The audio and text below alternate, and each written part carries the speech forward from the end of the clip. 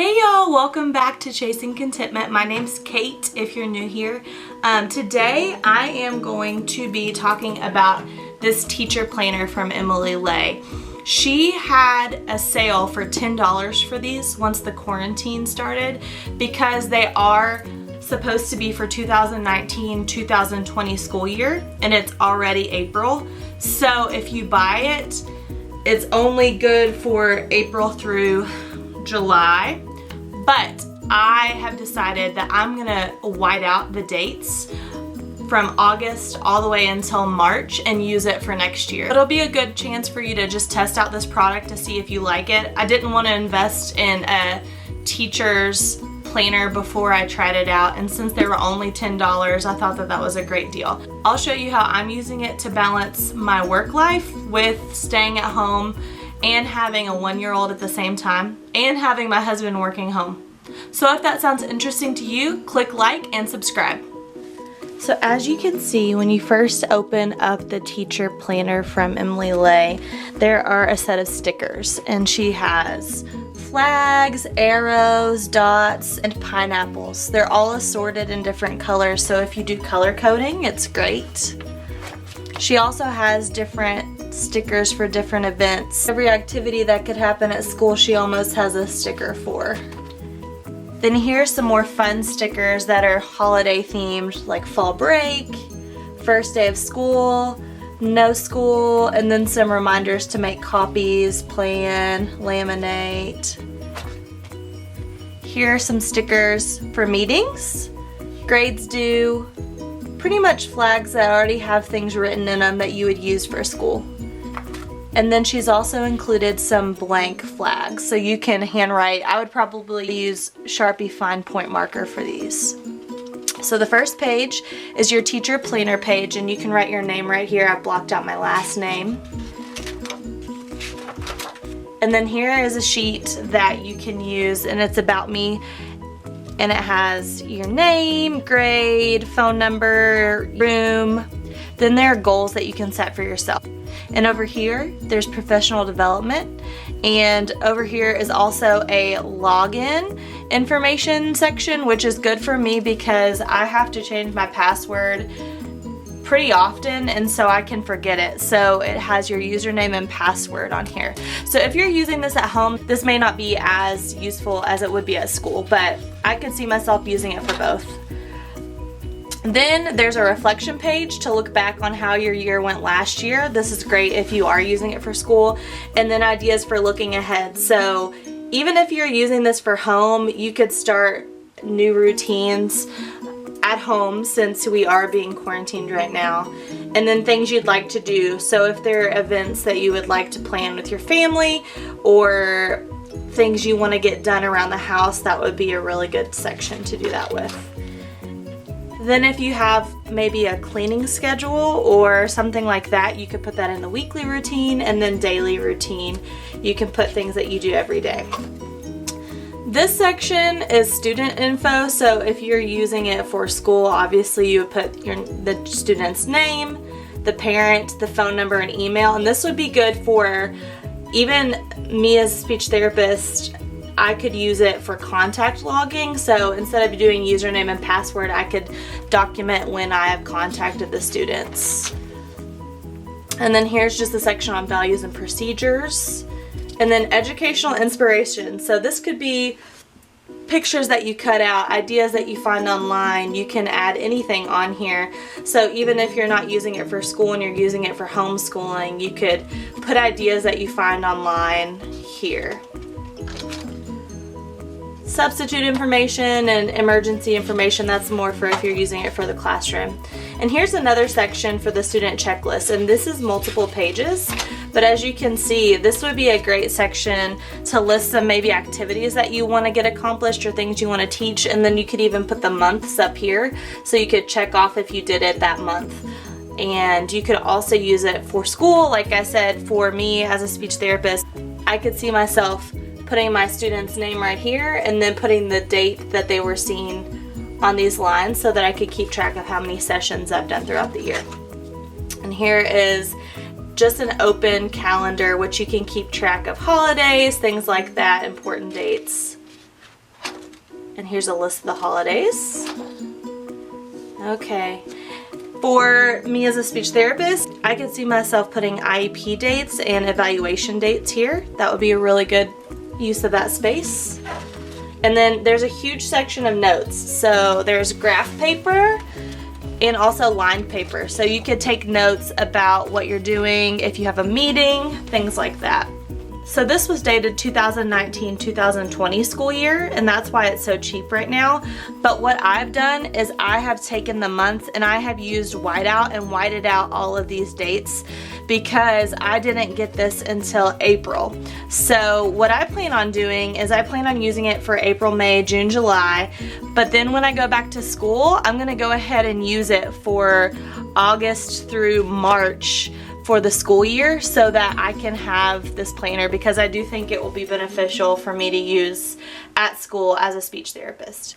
So right now you're looking at the monthly spread. So I've put meetings that I have. I've also put anything reoccurring. So my husband works for college ministry, so he has a Zoom meeting with college students every Thursday. And then I also just put no work. And then over here are notes. So you could put maybe something you want to get done over the month over there. And there's also simplicity tips that come with it. So this is a sample of what I did this week. And this is just laying out how I organized my week. And I'm going to show you up next what I'm going to do for next week and plan. But I sectioned each area in the top. So over here is work. So I have meetings, to-do lists. I have to keep track of my hours for work of what I'm doing. So I'm documenting how many hours I'm working from home over here. Over here is my son's name, and he is 1 year old. So we try to keep him entertained with different activities. So I've tried to do some theme-based things, so you know, Easter egg hunt, coloring pages, and so each day I have a new activity for him. I'm also in the process of simplifying my home, so I have the house right here, and then I have just 1 or 2 focuses for that week. That way I'm not overwhelmed. So this week it was master bedroom and master bathroom, and then there's also this note section and then an overview for the calendar. So for this upcoming week, I'm going to use, actually I'll show you my Friction Erasable Pen, and this is the eraser.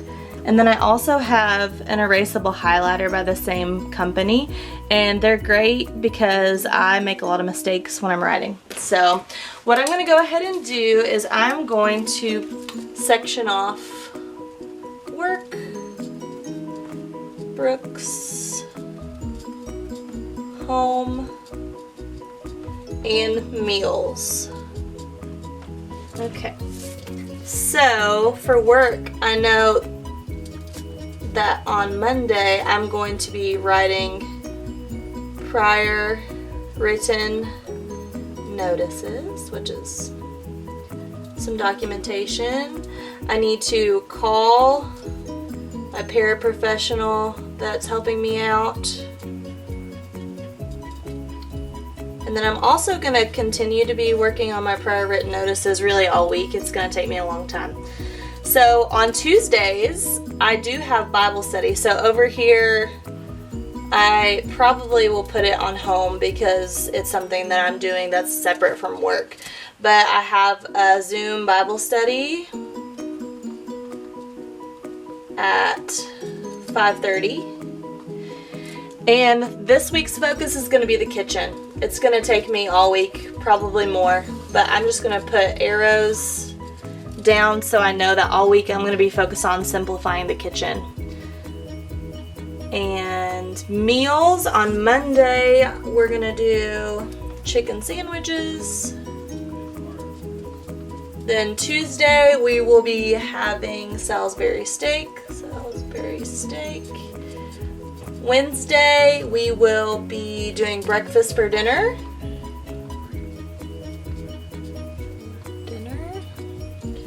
Thursday, I will be doing enchiladas. And then Friday is pizza night. We try to do pizza night every Friday, pizza and a movie. It's just a tradition and it makes it easy to plan. And then let's see what else I have. Brooks. Okay, so on Monday I think we should do outside walk, which we try to do every day, but sometimes that you can't do that because of weather. So I put that in and I plan that. We're gonna paint Mother's Day cards for grandmas with Brooks. Finger paints. On Wednesday, I think I'm going to do a sensory bin. So sometimes I'll put like water in a big plastic tub and then put some of his toys and soap in it, and so he plays with that, or I'll put rice in a bin and hide toys in it, and it's just so he gets used to those different sensations, and it's also really good for his fine motor skills to find the things that are inside the sensory bin. And then on Thursday we will probably do a picnic outside for lunch. And then Friday we will put Mother's Day cards together to send to our family. So as you can see, as my day fills up for the week, what I'll do is I'll write down what hours I'm working and what exactly I'm doing in this area so I can document it. And then as things fill up or as my week busies up, I'll just add more. And then if there's anything that I want that I don't have room for, I can list it over here. So you can see that there's a lot of space and it's really open, so you can really create and do whatever you want with it. I just chose to do work on this side and home on this side. That way it's clear for me to see the difference. So I love it. I love being able to have options. So if you want to change the heading over here, you can, and you can do whatever you want with it. And so when I go back to school for August, I will write in my dates, and then what I will do is I will have sections on what I want to plan. So I'll have maybe language, articulation, fluency. Those are all just different areas that I address, and then I'll put ideas for therapy each day. And then if I have IEP meetings, I could put them over here. If there's any testing I need to do, I could put it over here as well. A long-running list of things I need to do for school. Overall, I love this planner, even as a speech-language pathologist, because it is so open and so simplified. You can really customize it to your needs. So there's plenty of space to write, plenty of room, and it's so spacious and it's easy to customize. So I can use it to write my IEP dates, when I need to be testing students, and how many times I'm seeing students. There are lots of options for this planner. So just because you're not a teacher does not mean you wouldn't benefit from using this. If you're a homeschooling mom, if you're a mom who is quarantined right now, it's a great one. Also, even as a speech-language pathologist, I think it's a good planner. So check it out on Emily Lay's website, and if you like this video, please subscribe. Thanks, and have a great day, guys.